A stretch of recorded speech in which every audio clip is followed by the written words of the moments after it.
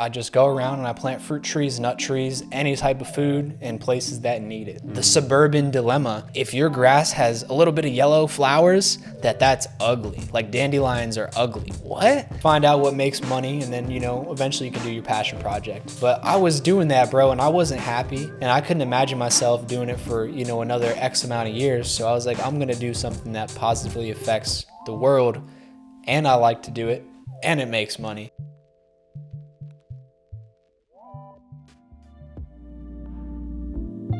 Our potential, it's exponential. Hey, what's up, guys? Welcome to another episode. I'm here with my buddy Cole. Controversial Cole, planting trees. Cole, thank you for coming. Thanks for having me, brother, man. Farmer Jack. Yay. That's how you know it's like, oh, it's just Jack. When you get Farmer Jack in the building, it changes it. Yay, thank you, bro. Yeah, and we spent some time in the nursery today. Bro, it was it's good. We got coconuts. Sprouted and from the tree. Yeah, man. I wanted to tell people about, what you do and show people, you're all over Insta and social media world. But for those who don't know Cole, please share with, some of the activities you do. Of course, brother. Main thing is just rewilding the earth, going outside, nurturing the land that was gifted to us by God, and just making it paradise, heaven on earth. I could go so deep into this, but I just go around and I plant fruit trees, nut trees, any type of food in places that need it. So, if you don't own a piece of property, there might be a piece that you have access to, and you just start a garden. You start some trees and you just let them ride. That's it. Anything. So up north though, kind of, right in the mountains? Yeah, mostly like central and southern Appalachia. So I've done a lot in West Virginia, Tennessee, North Carolina. But I was in the North Carolina area for probably about like 7 months out of the year. Cool, man. Yeah. And what are some of the, so I've seen videos with you like picking fruits up there and planting trees. What are some of the, stuff you've done up there? Oh my gosh. I think in the past, it wasn't even 12 months. It was literally from spring. So in April, I've done about 1,000 American wild plums, maybe 50 or so blueberries, went into doing a ton of pawpaws, maybe like 100 or so pawpaws, but the main ones being American wild plums. And the reason that I got into all that, we can do this now or do this later, you know what I'm saying? But like, oh my gosh, it's like starting. Yeah, the story, how you got into this. Share, bro. But so in April, you planted all those things. Yeah, starting in April, until this winter season. I just got back down to Florida 2 weeks ago. Cool, man. 'Cause it's freezing up there and I live in my truck. So I wanted to get some more food forest stuff going down here. Good. Last year I was in Florida. I didn't know anybody. So I was just in Planet Fitness parking lots, like Walmart. I'm like, man, the weather's nice, but this place kind of sucks. I'm like, all I see is concrete and highways. And this year I came back with some more connections and some friends. And now I'm just on these farms and it's paradise, bro. Amazing, man. Yeah, we met at the Convergence. That was awesome. Yes. Yeah, dude. It's 300 people. Everybody's on the same page. It's cool. You ever give someone your number, and usually I would just be like, I'm Cole, the fruit guy. And I go there and they're like, what the heck are you talking about? Everybody's the fruit guy there. Yeah. So I had to change it. Everybody's the fruit people. Yeah. Everyone's trying to out-fruit each other. But no, it's fun. Everyone there's humble, honestly. Absolutely. That's my experience. So, dude, cool. So that's how you're down here. You're trying to be in the warmth. Over the winter. Learn about the tropics, all the plants. You don't need to put the seeds in the fridge. They just put them in the ground and grow. Exactly. We were talking about this. So you're impressed because we could just plant any time of year. Anytime. So what makes it different from down here than your experience? I would say down here, you can put in the ground, it's going to sprout. Pretty soon. You don't have to worry about animals too much for the most part. Once you get into the mountains or really just any of the temperate climates, I'll put a seed in the ground because I haven't done over 1,000 trees in the past year. I've done a lot of seeds, bare root saplings. I definitely have gotten, a 7-foot tall persimmon tree and strapped them to my backpack, 2 of those full of compost and a foldable shovel, then run off into the mountain at midnight. Yeah. So you bring trees up there, you bring seeds, bare trees. Roots, you said? Cool. Yeah, just the small, dormant, let them, start activating, and then you get them in the ground. But up north, a lot of those stone fruits and stuff need cold stratification. So most people at their house, they'll put them in the fridge for the wintertime, or just whatever, a couple months, they'll start to germinate, put them in a pot, then you go bigger. which I don't have a nursery with me right now because I'm in my truck. So if I'm going to go out to all these areas and rewild the earth, I'm doing mostly seeds. So when you put it in the ground, I do a little cayenne pepper around it so the squirrels don't dig it up, because now you have an entire, 4 or 5 month winter season that it needs to stay moist and not dug up before, it's going to start to potentially sprout. All winter. Yeah. So it cold stratifies. Interesting. So, but it can't get messed with, you're saying, by squirrels, whatever. I mean, if they, maybe it'll pass through them and then they'll go plant it for me Scuffled again. up, But if if they dig into the seed, then yeah, it's a no-go. So Exactly. that's why that happens here too. If you leave a bunch of the fruit around, you just do a bunch. Like, it's everything I talk about is mimic nature. Whenever I'm going out, like, how do I do this? Like, what's the right thing to do? All the Instagram ecologists, like, that's not supposed to be there. I'm like, listen, guys, like, just do what the earth does. Like, an oak tree comes out, drops 500 pounds of acorns. They're not putting them in the fridge to cold stratify them. You can if you really want to baby it, but like, they're just doing a ton of them, and whatever comes up, it'll come up when it's ready. If there's, you didn't water it, well, it's going to sprout when there's enough water in the soil, and then it's going to grow into a sapling, and that sapling is not going to have a bunch of like growth above the roots. Like, if you put a potted plant in the ground and then forget about it, there might be 2.5 foot of growth, but only 8 inches of roots. So it's unbalanced if you're going to let it be. So when you do the bare roots, or you do like these little seeds, maybe it grows up 5 inches and the roots go down 5 inches. So then if it's a little bit drier, it has the foundation to support that. I love it. It establishes better.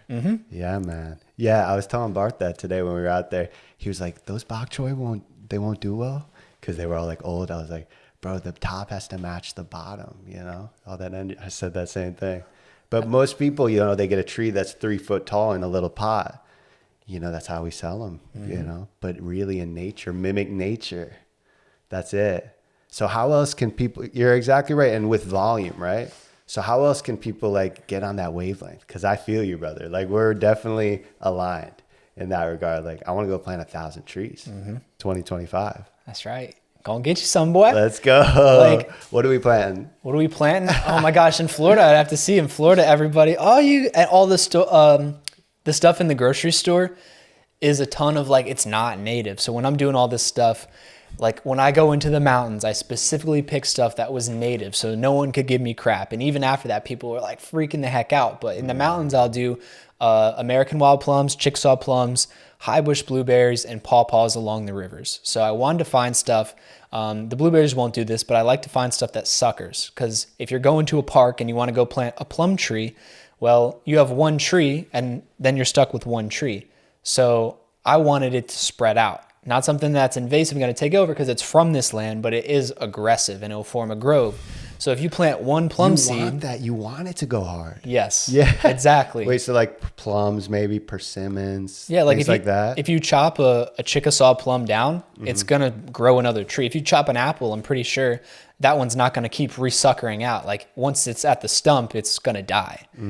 So you put some of those plums in there, man. Let's say some guy with the lawnmower hits it. Oh man. But next year he forgets about it. You got plums. And then instead of just one tree coming up like an apple, you have one nice apple, but I'm not going to go to all these areas every couple months and like plant some more. I want to just have a big impact with minimal input. That's it, brother. So you're saying you want to plant it and be done and walk away like you're never coming back. Right. I feel the same. And then you visit it. And and enjoy it. Yes. But like, you want it to be like on its way.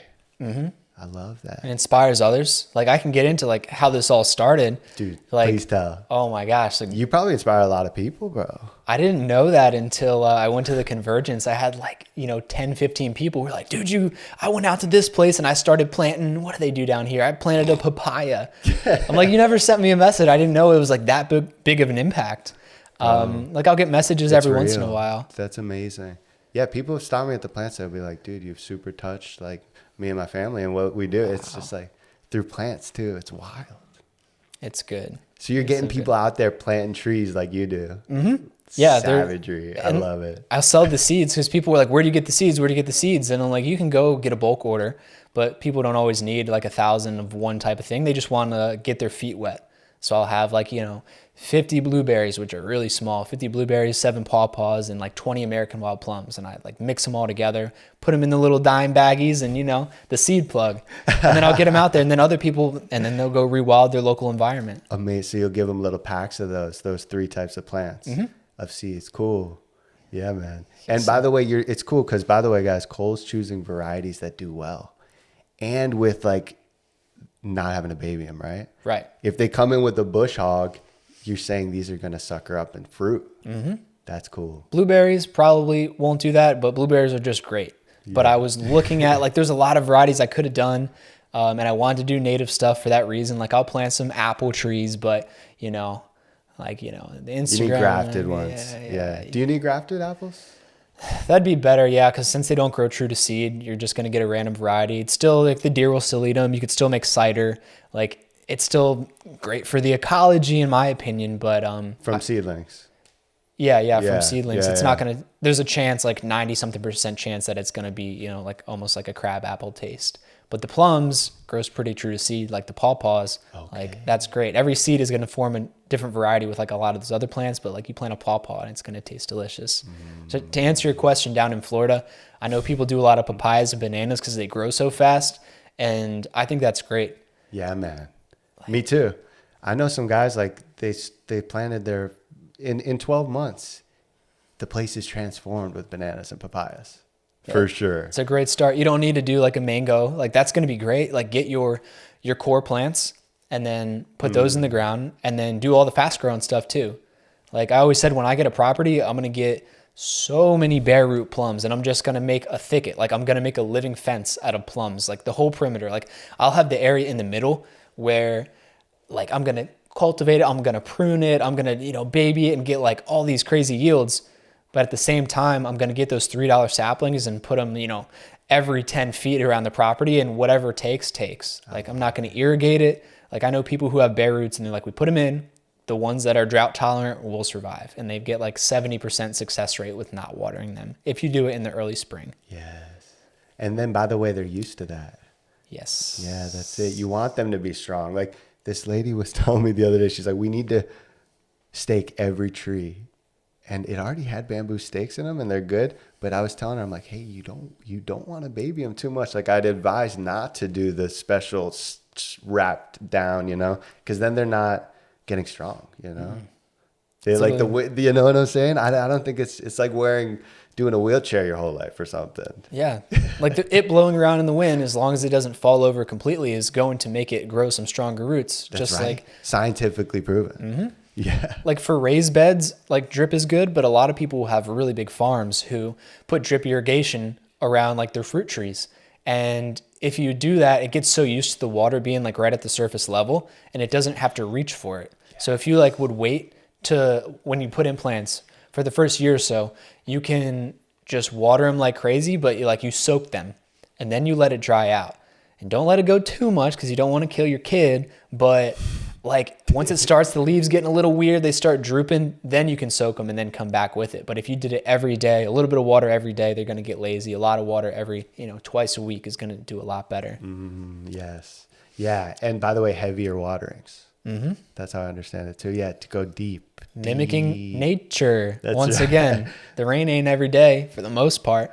Yeah, you're right. Down here, you're going to see in summer. Oh, you're not going to be here. I heard it's like every day, 4 p.m. It's every day. Wow. Yeah. But it comes and goes. But it's nature, whatever. Florida kind of needs it, you know? It kind of needs it summertime. But, bro, so tell us about your plans. Like, what's next? How'd you get into it? Yes. We'll do the intro in the middle. Let's go. Yeah. And by the way, you shared a little bit, so I'm excited to hear this, man. Yeah. So, very long story short, all my friends know that I say long story short, and they're like, oh boy, they start getting, a couple of glasses of water, pulling up a chair. But yeah, I just grew up in a suburban environment, didn't really know about nature too much. I come from a family of hunters and outdoorsmen, and we always did that. So I could see it, but as a kid, it wasn't integrated in my day-to-day life. It was more of like, oh, we're going to see grandpa, and then we go do it. But my neighborhood backed up to a creek and a swamp. So we'd build all these forts, spent time outdoors, and I'd come back. We'd only be on the other side of the neighborhood, like cross the water. Geographically, it wasn't far away, but we felt like we were in the middle of Alaska. Like we would be out there for 12 hours a day. And as soon as we'd come into the neighborhood, even as like a 10-year-old, I was talking to my buddy Gabe and I was like, there's something weird about this. Like, this isn't natural. Like where we were was just natural. It felt good. Like we're in our freaking underwear. Like, you know, How old were you? We started that in probably kindergarten, you know? So I grew up in the swamp. You're swamp boy. So you remember thinking like that as a kid, like, whoa, this isn't natural. It's not. Wow. You spend so much time out there, and as soon as I saw the buildings, the lights, and the houses, I'm like, and they're all in a row, and everybody's cutting the grass, and I'm like, this is weird, bro. We got to go back out in the woods. Like, there's something, and I don't even remember the complete thought. I was like, we got to stay out there more than we are here, because this is just weird. And that was my only, like, even just a little swamp in between the developments where they couldn't build was enough to like spark my mind and say, all right, like I kind of like this nature stuff. You know, it's kind of like the entire earth before we got here. That's right. Started bulldozing it. And, you know, so I had that, you know, did regular jobs, started some businesses, graduated high school working in HVAC. Where should I start with this? Oh my gosh. Give me 1 second. You're good. Yeah. Basically, I realized that my life wasn't really aligned. Like I couldn't spend all my time like outdoors, or at least a big part of it. Like I'm just, you know, working in these dusty buildings with asbestos from 1950 covered in crap, every day fiberglass in my arms. And I knew I wanted something different. So, you know, I quit that job in HVAC, started knocking on doors, got into wholesaling houses for real estate. I'm like, my plan is going to be financial freedom through this like real estate business so that I can just spend my time out in the middle of nowhere. And, you know, I'm doing and that. And be like remote and do real estate wholesale. Exactly. Got you. So like that was the plan. A lot easier said than done. Like I was calling my mom. Oh, I saw this guru about to make my first $100,000 a month. I'm going to retire my mom. Everyone's talking about retirement. She's like excited. She's like, oh yeah, keep her going, man. It's like, I'm going to get us a farm. How'd it go? Did you do that? Not with that one. It takes more time than people think. Yeah, but heck yeah. I ended up, heck yeah, bro. Is that still the dream? Financial freedom, absolutely. Wholesaling houses, probably not. I'm figuring all the loose ends out right now, but I took all that momentum with all the real estate investors I worked with, got into landscaping, right? One step closer. Now I'm not on the computer, you know, in like this little, I never had a cubicle, but like a home office. I'm not on the computer. Now I'm outside. Yeah. Like, all right, now I'm making some more money. So this is good. I can take my shirt off and, you know, cook a steak in some random person's driveway. And they loved it. You know, they're like, you need anything? And like, before I even lived in my truck, I had like the water containers, the stove, everything in the back. So it's literally like I lived there. I could have slept in the dang thing. And they're like, it was so cool. You had all your tools in there? Oh, yeah. I mean, I had the dump trailer, and then I didn't have a camper shell, but a bed cover. Nice. But I always kept the stove right next to the gas cans where you want it. And nice. You got to be resourceful in the beginning, ladies and gents. Oh, yeah. You got it. Hard work and knocking. That's so interesting. Cool. So you went from that to landscape, and you liked it more. 100%. Yeah. I was struggling in real estate. And for my breaks during the day when I was feeling burnt out from cold calling people who were like, I can't say what they said, but they weren't happy. I would literally go online and watch grass cutting videos. Like I was like, well, this is so weird. Like I need to do something different if I'm watching somebody else cut grass. Like fantasize, I'm like, oh, that'd be so great. I could just go out, and I don't like cutting grass now. But like, wow, he just made like $60 and he's in the sun. Like, dude. Wait, so you got into it for the feeling, right? Because I like it too. Of course. Dude, yeah, so I can relate. But I'm curious, when did that switch? Because grass. I'm assuming you don't like that now. You plant trees now. Exactly. Yeah. So what switched? Between the landscaping and the trees? Yeah. Yeah, and the actual like good stuff instead of like manicuring suburban America. Yeah. Because landscaping becomes a lot of that. You're right. It's literally just fighting nature every single day. I'd go to a project and we'd do all the mulch and do this and that. And the last step would be, hey, we need you to take care of the weeds. But it would be like Bermuda grass growing or like torpedo grass. And you probably know, being in South Florida, that you can't just like hand pull it and have it go away. So every time, like, you'd have to go there, and like people would spray 5-10 gallons of Roundup just to get the mulch beds ready to put the mulch on.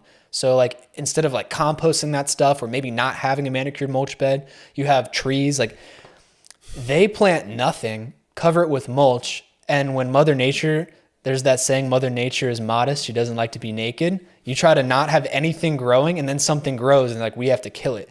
So like, She's trying to reestablish and bring back like the ecological diversity. And a lot of them are medicinal herbs. The dandelions are coming up and they spray cancer causing chemicals on them when the dandelions cure the cancer. You know what I'm saying? And they heal the land. Yeah. They do. Wow. Aerates the soil. A little seed turns into a big root. The dandelion cures the cancer. It's crazy. Yes. Bro, you're nailing it, bro. Keep going. All right. Word. Wait, so the destruction, that's what it is. Mm-hmm. It's not creation. It's not.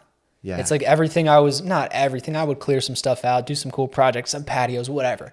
But I'd go into these places. Conventional landscaping, I should say. Correct. Right? Conventional. It's just poisons. They'd have a lawn and I'm like, wow, look at all these pretty flowers. And they're like, hey, we need you to kill it.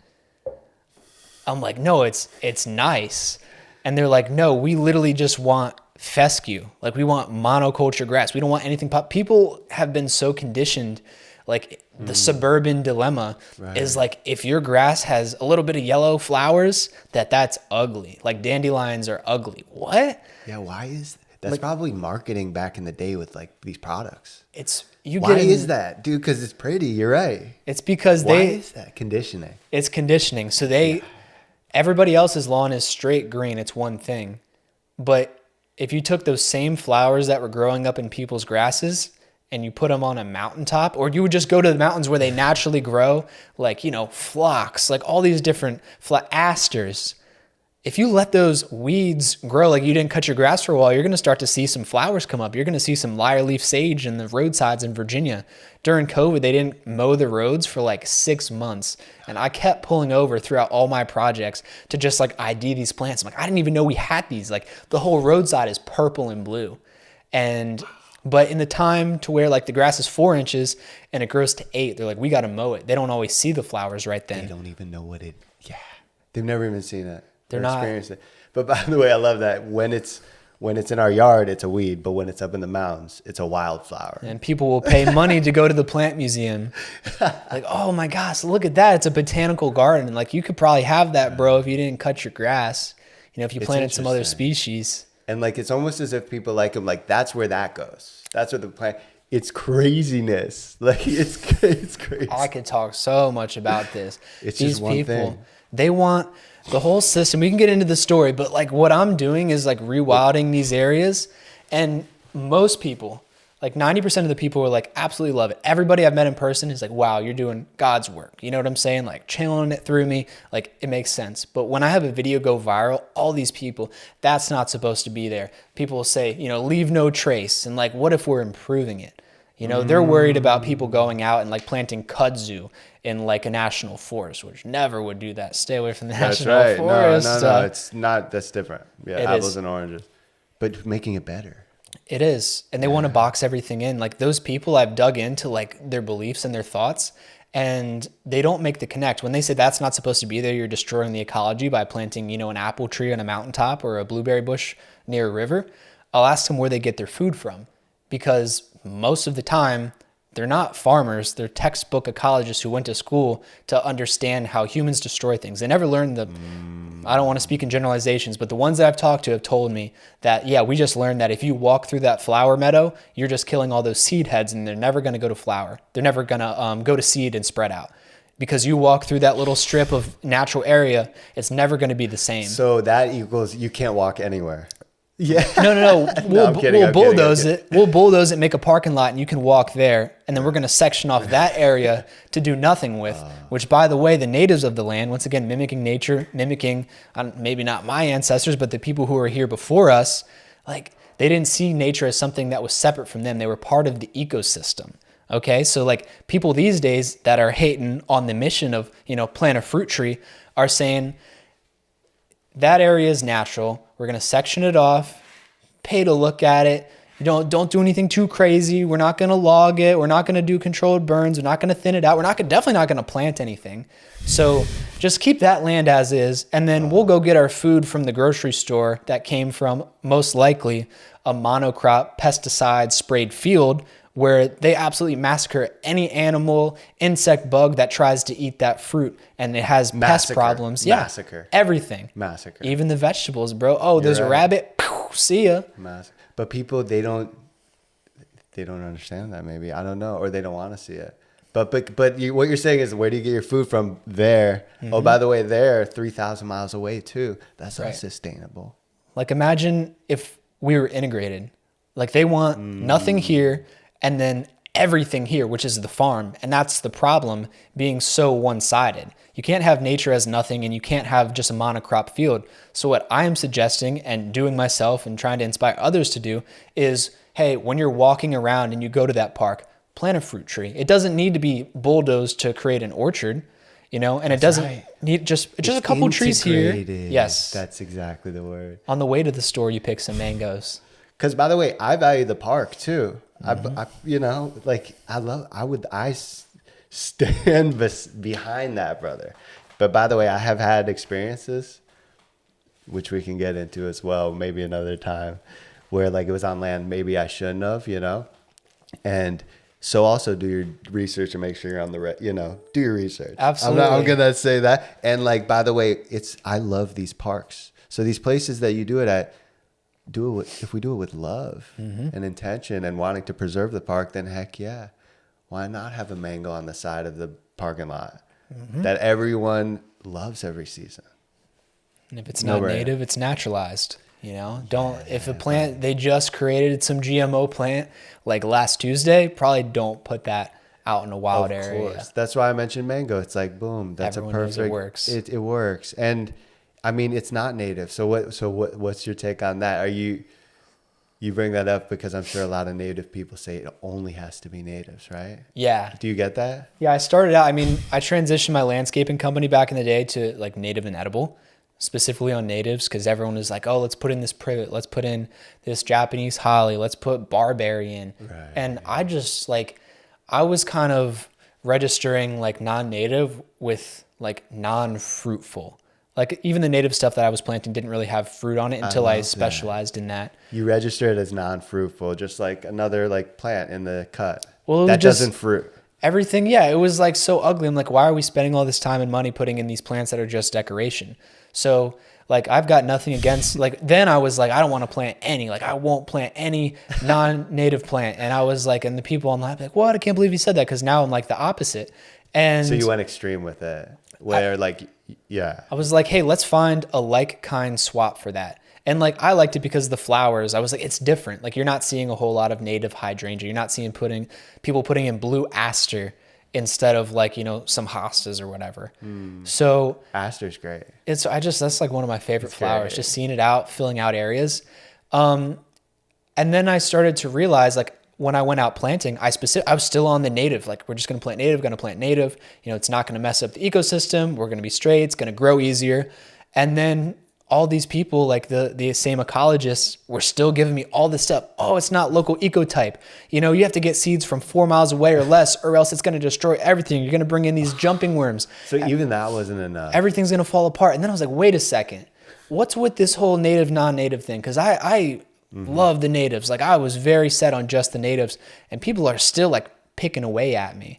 Yeah, by the way, I love natives too. Yeah, I have a whole native. I love it. Native and edibles. That's what it was called. It was just like natives and edibles. What do you specialize in? Is native and edible landscaping. Oh, okay, that's what you would say. Like, yeah. Yes. But dude, so people are giving you crap about like it not being the exact phenotype. Yeah. From your wow. And then I started to get, I don't know about mad. I was just like, these people are kind of goofy. And like, what are you focused on, right? Like, that's crazy. Like, I'm focused on food. Yeah. I'm focused on bettering the earth. Like, and they're like, oh, well, people get weird. Oh, you should do it for the animals. Bro, you know how many acorns there are? Like, we're not going to eat a whole lot of acorns. You can make some flour, but the squirrels are fine, dog. Like, the deer have the blackberry tips of the plant. They're going to be fine, dog. They're going to eat some acorns, but we don't have bananas growing. Fine. Yeah. And by the way, yeah. They live in abundance, these squirrels and these other animals. They don't wake up. They ain't paying taxes. Giving other animals shit. Yeah. Like say, hey, what are you doing over there? They're not doing that. No, they don't know what's on the news. You could have the craziest news story. Everyone's all upset. We got to pull out of the stocks. And the deer's still trotting along. You know, birds still flying. Frogs are croaking. Yeah. Like, it's they don't pay property tax. They don't pay to be here. They're existing. I love that. Yeah. And if we mimic nature's systems, we can get a little bit closer to that. Yeah, we still got to buy land. It's not like it was way back before, but like I'm saying, go out to the park, plant a little blueberry bush, you know what I mean? But yeah, the native, non-native, the people were really hating on me, even though I was doing my best in supporting the whole like native food system stuff. A guy named Ben Falk, he's a permaculture designer. I've got his book, and he kind of chimed in on the comments, and he was like, hey, everyone's talking about how X, Y, and Z plant is going to destroy the system. Like, since that plant's from Asia, it's going to bring in some worm or caterpillar that likes that plant from Asia, and then it's going to destroy all the native oak trees and disrupt it all. And I talked with him, and he's been on the same property for a little bit over 20 years, I believe. And he planted autumn olive, and he planted, I think, maybe some Bradford pear, but like he's done all these plants. Like he's got a lot of native stuff. He's got the black walnuts. He's done the trials. He's watched it for 20 years and seen how the ecosystem improved. The butterflies are more than ever. The bees are more than ever. Bro, by the way, I love what you're saying. So Ben had your back, yeah. He did. By the way, biodiversity is the answer. Yes. It really is. It's so much more biodiverse now that he planted some non-native plants as well, and even some invasive plants. I'm not saying to go out and like put that in a wild area, but food is food, and yeah, you don't want to destroy it. We want to nurture nature while we're here. We're gifted this land to be able to tend to it and sow the seeds, and at the end of the day, if we let people box us in or box us out of some land, and that's a problem, because then the ecosystem starts to die off. And I hear a lot of people say, oh, humans are just parasites, everything they touch gets destroyed, but that's a choice. That might be some people. That might be the guy who's going out and building a hotel on top of what used to be a Florida swamp and drained all the land.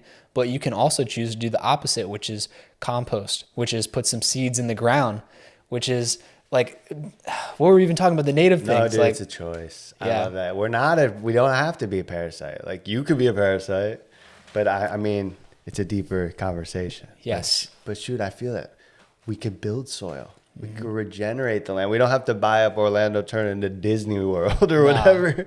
Exactly. Perfect example. But then, let's go. Yeah. Yeah. This is the kind of mindset I want to bring to our audience. This is what it's about. Hey guys, just wanted to take a moment to talk about our sponsor, Urban Abundance.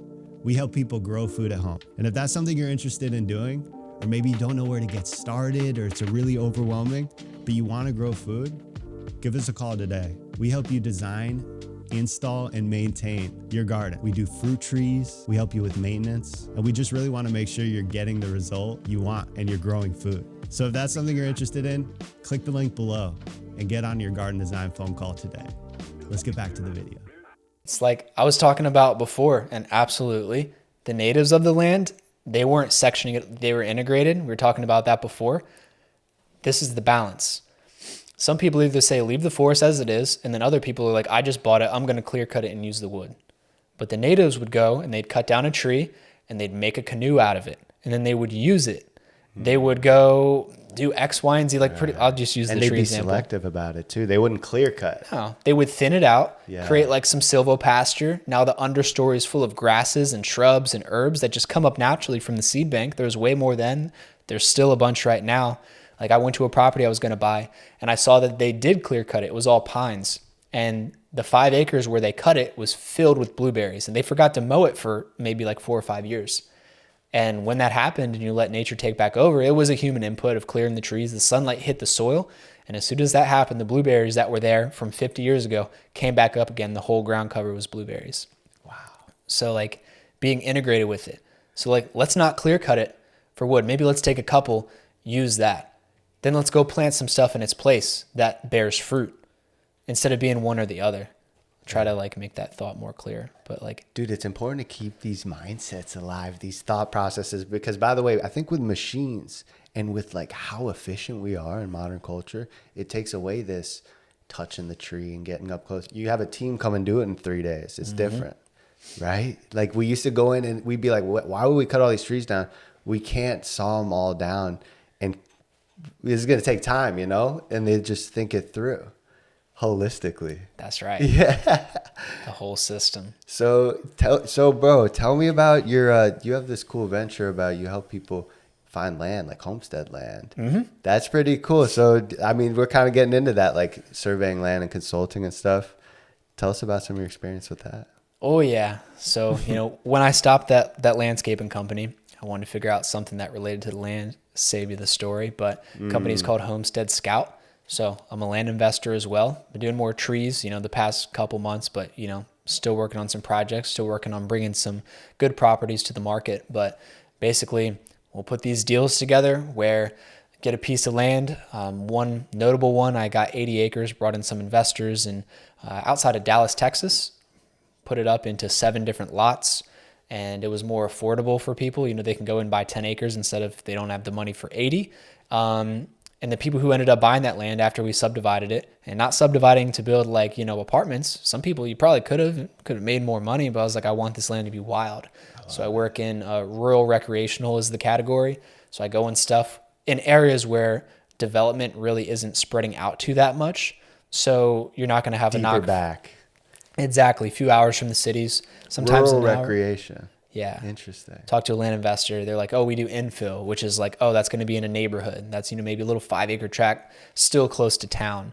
I do stuff with either no zoning or it's zoned agricultural. Yes. People call me when they want to buy some land. Oh, we want to start a family farm. We want a hunting retreat. The calls I get went from Amazing. like, if you to infill, they're like, what are the numbers? What are, can we develop this? Da, da, da, da. How many apartments can we put on? People call me or like, hey, can we put like a water wheel in the river so we can generate power? Can we do hydroelectric? What's the zoning? Are we going to have issues with them? Do we need to go hide underground and not tell them anything? And I'm just like letting them know like what's going on. Yeah, I get a lot of those clients too. I love it. Yeah, buddy. Bro, but that's what you're getting aligned clientele. I love that. Bro, and Homestead Scout, you called it, right? Oh, yeah. That's good. So the intention is to have people tend the land, keep it wild, you said. Yeah, and anyone can buy the land. It's not like like, hey, are you going to farm this? Like, I'll just bring the deals. Like, I'll find a deal and make it work for me, and improve that land one way or another. Sometimes make it a little bit smaller, and then when I put it on the market, anyone, it's listed, so anyone can buy it. Cool. But the type of land that I'm looking for on the front end is stuff that's going to be good for those farms. Got it. Yeah. Fit that scope. Of course. Cool. And that was something where, do you want to talk about like the whole story of like stopping landscaping and getting into the wild stuff? Yeah, that sounds good. Some more. So that's definitely. So what took me from landscaping to, doing the fruit trees and starting this mission, basically I woke up one day and I realized that everyone just wants to spray these chemicals and they want to cut the grass, and I'm doing all this work. I'm seeing that I'm putting all this labor into other people's properties, and yeah, I'm making money. I could just say, hey, I'm getting paid. Everything's fine. Life is good. I'm healthy. And, I'm not struggling. But I wanted to actually have an impact. And my original thought was, hey, I'm going to make all this money doing whatever. And then, once I retire from that, I have financial freedom. I'm going to do something related to the outdoors. Like, I want to show people the earth, get them connected with nature. I didn't even know how do you make a business out of that? So I just kept pushing off, one day. And, I was like, I can't keep working hard and doing the same stuff and expecting different results. Like, I could keep busting my butt, but what will I have in 5 years? You're right. Nicer truck, might be renting a place, got some more employees, but I'm still going to be stuck here in the, as I call it, sterile, stupid suburbs.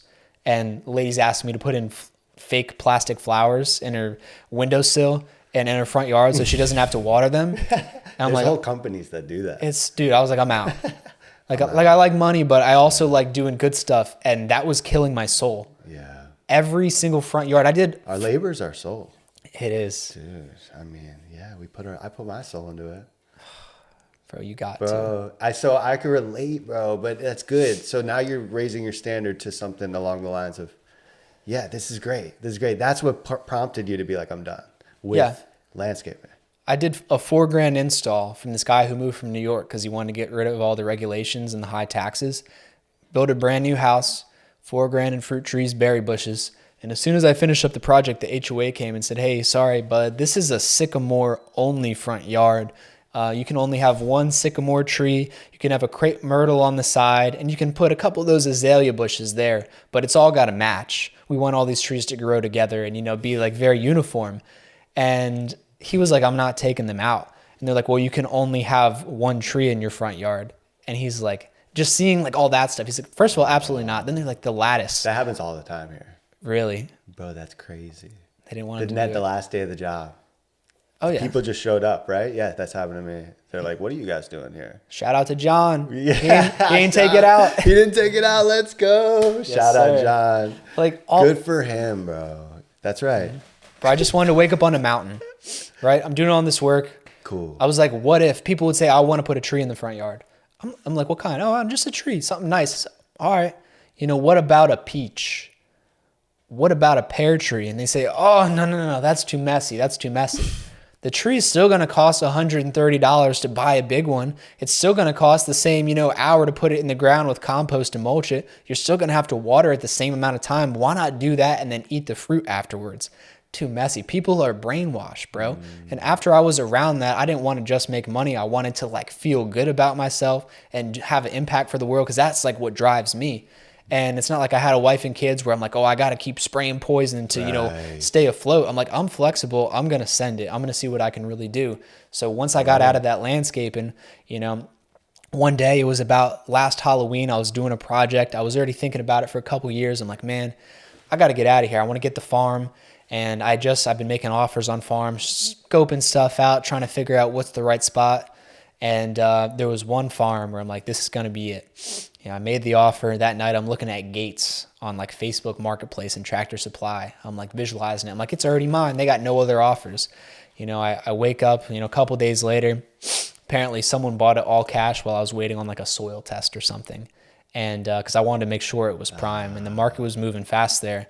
But I already had, a couple hundred fruit trees growing in the backyard at the place I was at.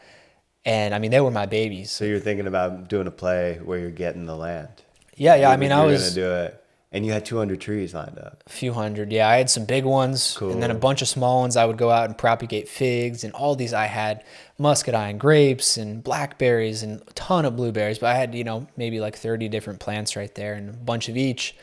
And I was waiting. I was watering them. I'm trimming them. I'm growing some more. And I'm once I get that land, the first thing I'm going to do, am I going to cut the grass? No. Am I going to build a house? No. I'm going to put all the fruit there, dig out some swales, make a good food forest system, and then I'll figure the rest out later. First thing, trees in the ground. Me too, bro. I love that. That's all I want. Before anything, don't even bring the moving trucks. No.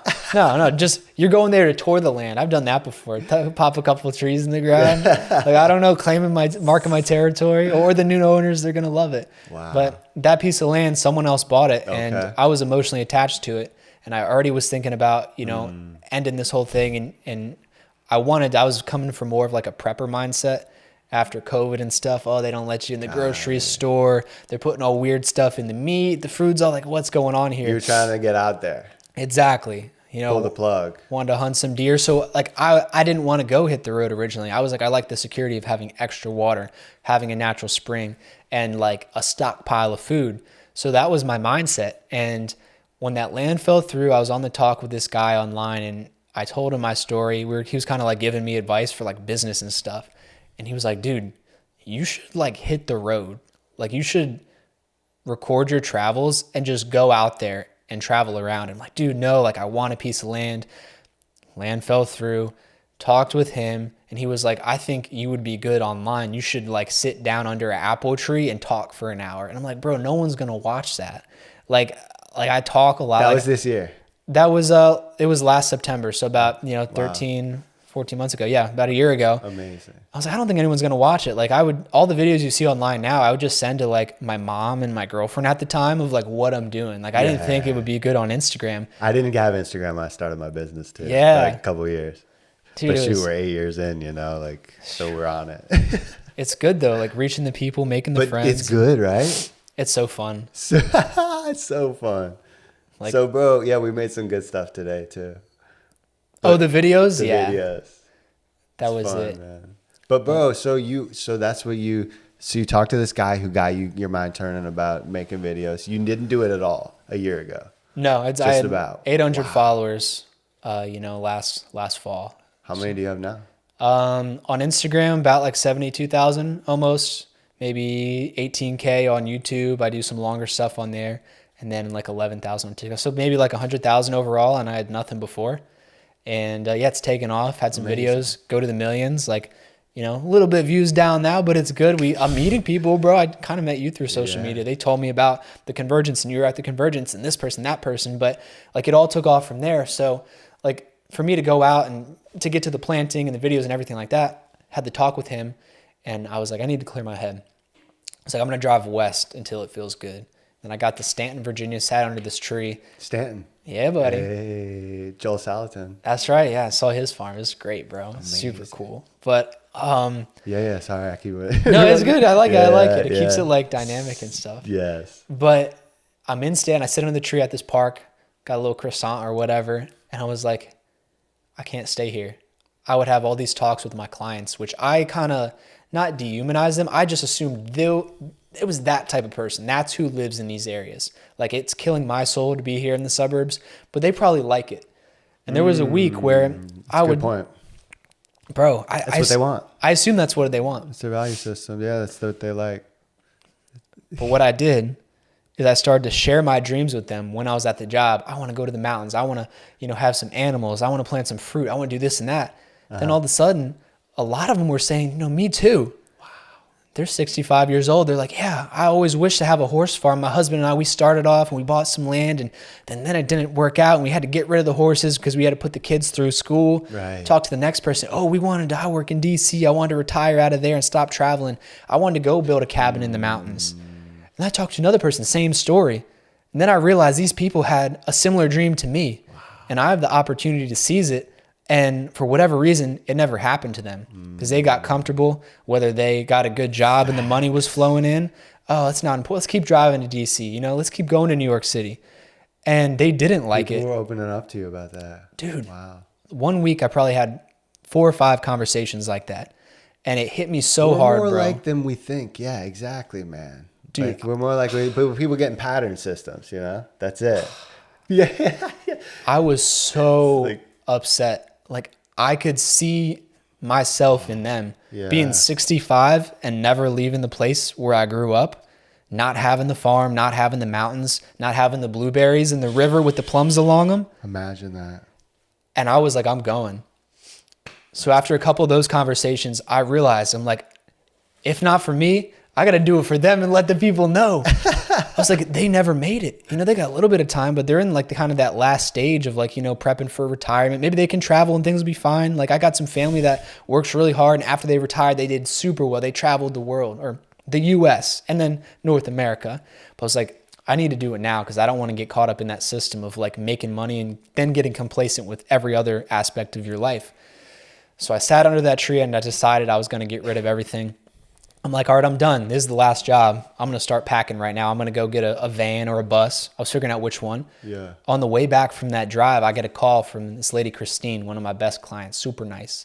Always sending the winky faces at the end of the day. Yeah. Like, she know what that means sometimes. Like above 50, they would just be doing it. You know what I mean? And You're a cute landscaper kid, bro. What can you can't blame her. That's hilarious. bro, she calls me. Yeah. She's like, I want you to do this job for me and my friend, my best friend. I know your work is so incredible. Like my clients were dying. Yeah. I had a lady who was crying when I left. Wow. Like we were tight. Yeah. Like I didn't scale up. Some you people, take care of them. you're doing that well, the scaling. You see the big corporations scale and they lose like a lot of the quality. Like what's that big one? The ones that like are in every state, they got like 50 branches. They just hire anybody. But people were hiring to work with me specifically because they knew that I cared and I nurtured these areas and just like did good work. Yeah, so you're a gardener. yes, It's different. Yeah. it is, bro. Not like I can't even think of the It's name. not- It's yeah, probably yeah. gonna think I'll sue me. A grower or whatever you want to call it. Yeah, Tuned in. bro. She called me and Yeah, I was like, yeah, I'll be there in the morning. But I just had this profound realization that I gotta leave. But my gut instinct, I'm not gonna turn down, $800 job, $1,000 job, whatever it is. Yeah. And then I was there, and then I realized I get up in the morning, I'm like, I'm doing the same dang thing again. Wow. So I go to her house, I go to her friend's house on Halloween, give or take. They're having a Halloween party. I finish up that job, I'm like, I can't lie to myself. I promised myself that this was it, and look, I just went back to my old money-making ways. Yeah. Like, what's going on? You made a decision, and you already made a decision. For a couple of days, I went back on it, and at the end of that job, they were like, we want you to do our neighbors. And the same thing flashed through my head again. I was like, I can't do it or else I'm never going to stop, this is not the life that I want to live. So I said, hey, brother, like, I appreciate it, but I'm out. This is my last one. And that night I unhooked the dump trailer, cleaned out everything out of the bed. I started to drive, found a Facebook marketplace sliding camper on my truck. And I'm like, I'm going to live in there. I'm going to put it on the back, and I'm going to close down the business, and I'm going to hit the road, and I'm going to figure it out from there. Like, I didn't need any more plans. It was that week. It was that day. Wow. I literally was on a job site, finished it. I'm like, this is it. Unhooked everything and drove 7 hours to Ohio. On the way there, my transmission, I just paid $7,000 with the warranty to get that put in, and it started making noise as I'm leaving the driveway. So I go underneath, I get under, I'm taking a video for my guy Ricky, fixing the truck. And I'm like, Ricky, what's this noise? There's something in my pocket. I threw it up on the hood. I'm like, all right, let me do that. Took off. 4.5 hours later, I'm out of gas in, I think, Beckley, West Virginia. And I go to get gas. And to make that story shorter, the thing in my back pocket was my wallet that I put up on the windshield wipers, and I took off. So I didn't have my ID, didn't have any cash, didn't have in the You're wallet. a mess, bro. This is The transmission's going out. I just shut down my your business. hero's journey. It is. So I'm like, is this a sign to stop, or is this a test of my will? And I couldn't figure. I decided it was just a test. I'm going to keep going. That's right. And by the way, I think you decide that. Yeah, exactly. That's cool. So I go out there. I ended up sleeping in the front seat in a Cracker Barrel parking lot, and it's so cold, and I was not happy. Oh, I had to negotiate the price on the camper down because I had an envelope full of $100 bills to pay for the camper. It was like, I think I had like $2,200 because it was one from the 80s. And, excuse me. So I'm driving there, like through the hood of Beckley, throwing out these hundos, trying to fill up the gas tank, buy the thing, come back. Had all these issues with it. There was a hole in the roof. It was leaking. There was black mold. I sleep in there. The propane started to gas me out, and I was dizzy. I had a headache for 3 days. The jacks failed on it before I even took my first trip. I went to go kind of cut all my ties and tie up the loose ends in Richmond. Okay. And I was like, all right, I'm going to hit the road tonight, go to my buddy's farm out in the mountains. And I went out, sold all my plants that I was going to put at my farm. That was, I was like getting rid of your child, putting up for adoption. I'll be back for you later, kiddos. You're attached. I was. To the land and the plants. I feel you. Yeah. I didn't know what I was doing, bro. And I'm like, but all right. Now that it's gone and you're on to the next, isn't it like, it's okay, there's more. I can plant them everywhere now. And that's the story that I'm getting to. So keep going, sorry. But I get that camper. Oh my gosh, there's so much. I don't even know how to like consolidate this, but I jack it up, because you jack it up, drive under it, and lower it down. I went to jack it up. I had 4 brand new jacks on it. Cost $1,300 because I didn't want them to fail while I was in the middle of nowhere. I'd take it on and off probably 5-10 times. This time is the time I'm going to hit the road, and there was so many problems. I was like, I feel like something's going to happen now. I don't know if I manifested it or what. Jack it up in the air, thing starts to fall over. The thing is like this in the driveway, and the jack started walking. It's now facing my neighbor's house. I had to take the fence down so I could back up through his yard, and to get an angle to like get underneath it. But it's falling down. I had to call my dad. He was physically holding up the camper, so it didn't, like, if it fell, I would just have to get a bulldozer and scrap it. And I just spent thousands of dollars working on this. It's now my house. All my stuff is in here. Your house is falling down. It's literally falling down, bro. And I ended up having to deflate my tires and like getting it barely up there, getting like all these random like plastic horse saws. Like, it was just like I was working with what I could because it was about to be done. And I barely saved it. I could barely get underneath it with the flat tires to scrape it in there. I'm screwing up all the walls on it. Get on there, hit the road.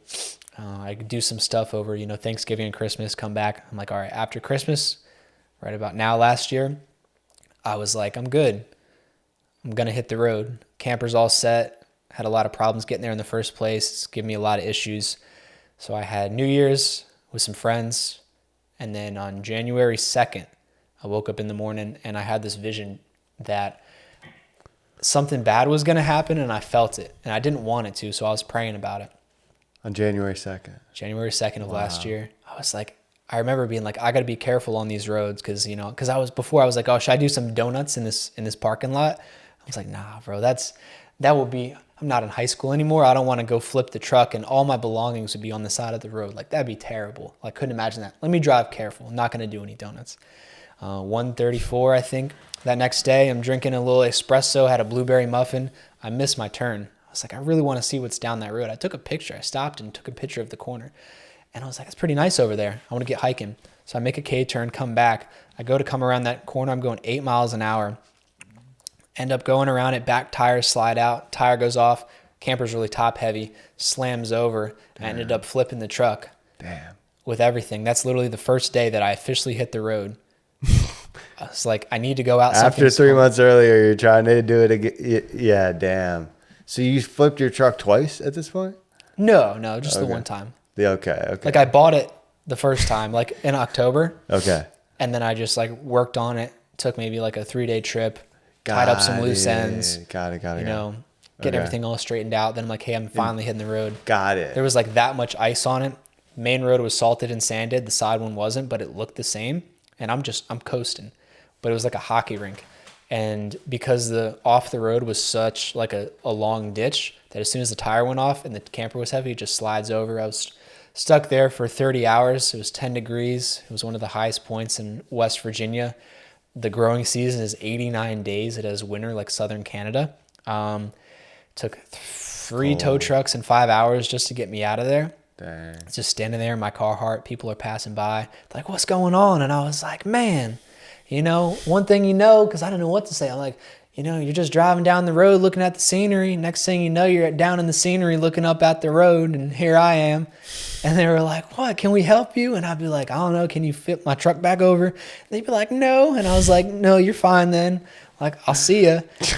And I had to figure out, like, everything I had worked for, you know, I felt like I was at square one. Right. I felt like all these things happened. There's much more to it, like just personal stuff, but everything was crashing down at once. And it felt like it was like the death before the rebirth of like whatever's coming next is going to be amazing. Like everything toppling down, whether I closed the business or stuff just happened to me, I was like, this just needs to get out of my system. Yeah. Let it come. Whenever something bad would happen, I was like, like I'm used to this. Like, here we go. I don't want to get too used to it. But yeah, next week I ended the dark up. before the dawn. Yes. Got you. That's Yeah, what it bro. was. That's how I ended up here I know. Wow. in Cool. Florida. Cool, man. I put a camper shell on it, fixed the truck, had to climb in through the window at first before I fixed the door panels, and I just drove south until it was sunny. Nice. Cool, man. Well, welcome to Florida. Well, thank you. Yeah. And can I just say the part about the course. seed thing? Of course. Cool. Yeah, that was cool. And now you've arrived. You're ready to plant trees. That's right. Like I wasn't You're passionate, I could tell. You gotta be, man. You Yeah. gotta find what lights you and stick with that. 'Cause It's a lot right. of people, they'll say, you know, just find out what makes money, and then, you know, eventually you can do your passion project. But I was doing that, bro, and I wasn't happy. That's right. And I couldn't imagine myself doing it for, you know, another X amount of years. So I was like, I'm going to do something that positively affects the world, and I like to do it, and it makes money. Yeah, exactly. So I'm like, let's roll, baby. It's a win-win when you have both in It the is. same vehicle. Yeah. Triple win. Yeah, it's a blessing. So now Cool, man. Yeah.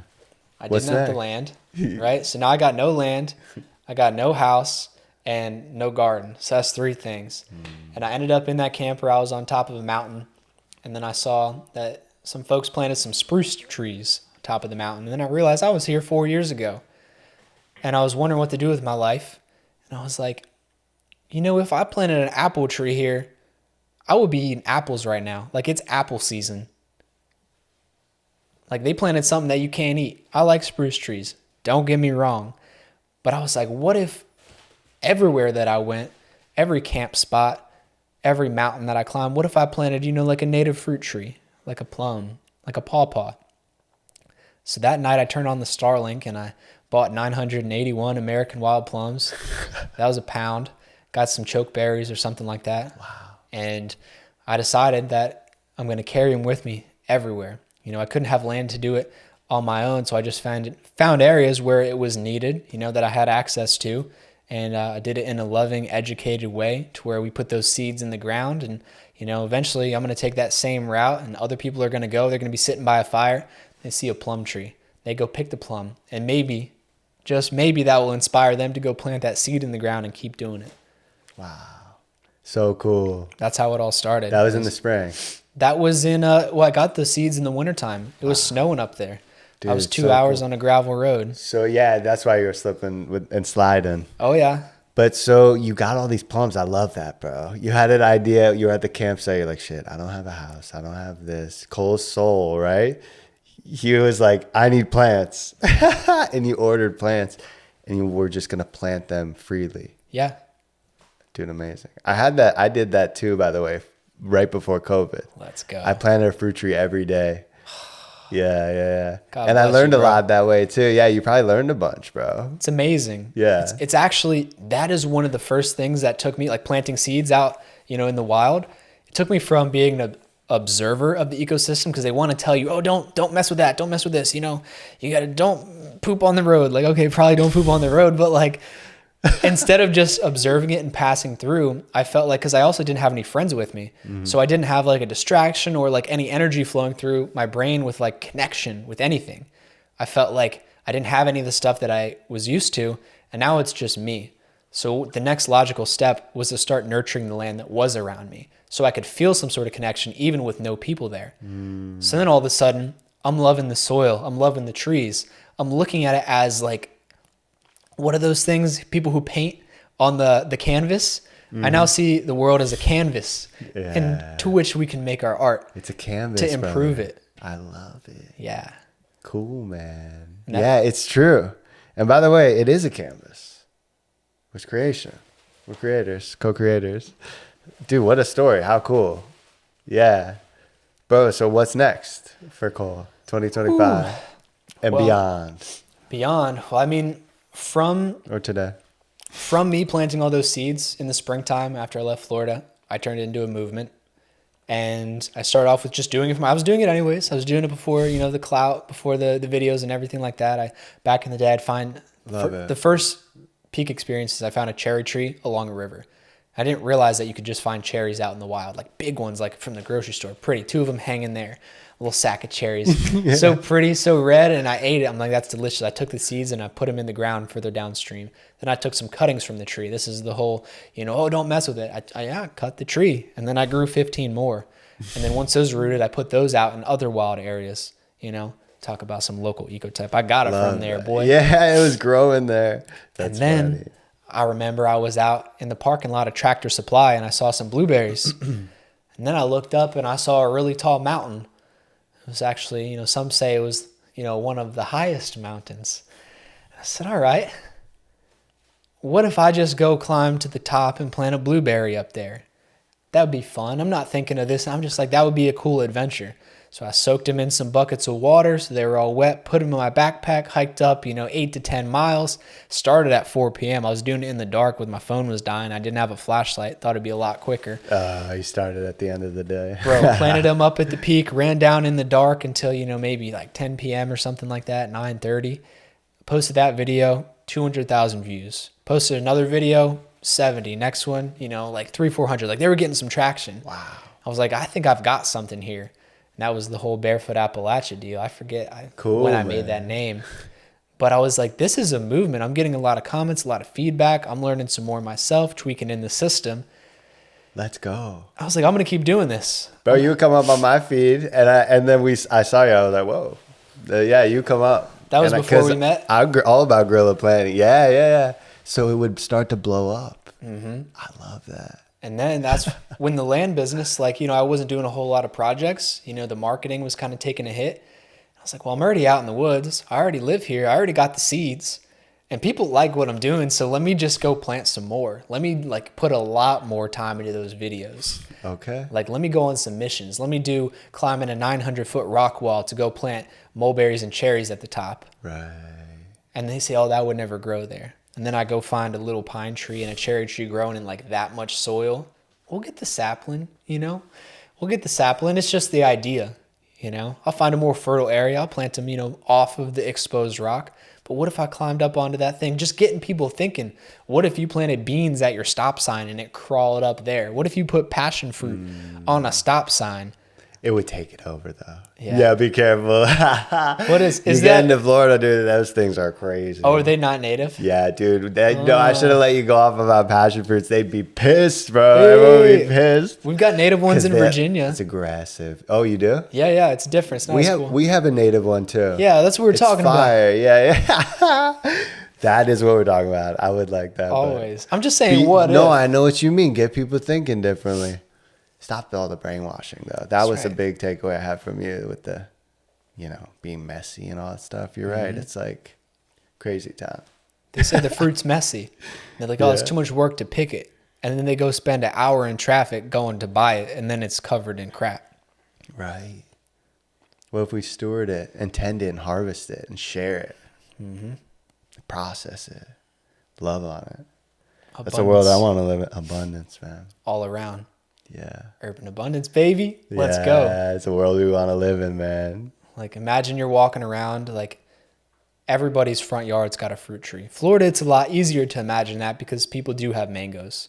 In Virginia, if you're in the suburbs, out of the 3-4 years that I was doing landscaping, I met one person with a fruit tree that had fruit on it in their front yard. Yeah. It's just about changing the culture, you know? It's just about, integrating. That's the perfect word. Integration with nature. Dude, I'm here for it. So I'm pumped, man. You pumped me up. Thank you for coming today. Absolutely, brother. Yeah. That's the next step coming is plant more trees. Let's do it. Yeah. What else do you want to tell the people, bro? Tell them. Oh my gosh. I mean, because plant trees. That's you got to plant a fruit tree. Which one's the camera right here? That's the one? Yeah. Plant a fruit tree, baby. Don't forget it. But just working on, and we can wrap it up, but just been working on getting my permaculture design course, certification, tending to the land. I'm building out an orchard in Virginia coming in the springtime. In Florida, I'm doing some stuff down here. Cool. While it's warm, while it's growing, learning about the tropical areas. And the goal is just to be like a traveling nomadic permaculture designer. We'll also do some installs. Apparently, they say it's harder to get just design work and they want you to do it all too. So I'll do that too, man. And then I'll use that money to buy some land for myself and then rewild that and maybe host events, get all the homies, all the people I meet on my travels like you, come through, have a bonfire, eat some fruits, I would love get a little raw milk from the cow too right there. Yeah, in Virginia. Oh, yeah. That sounds good. That land's beautiful up there, man. Big open valleys. I would love that. Yeah, brother. Well, enjoy Florida while you're here, man. I will. We'll report. We'll hear from you soon. Thank you, bro. Thank you. Yeah. Hey guys, another awesome video. Thank you for watching and all your support. Hey, do me a favor. Click the like and subscribe button down below if you haven't already. It goes a long way. We'll see you in the next one.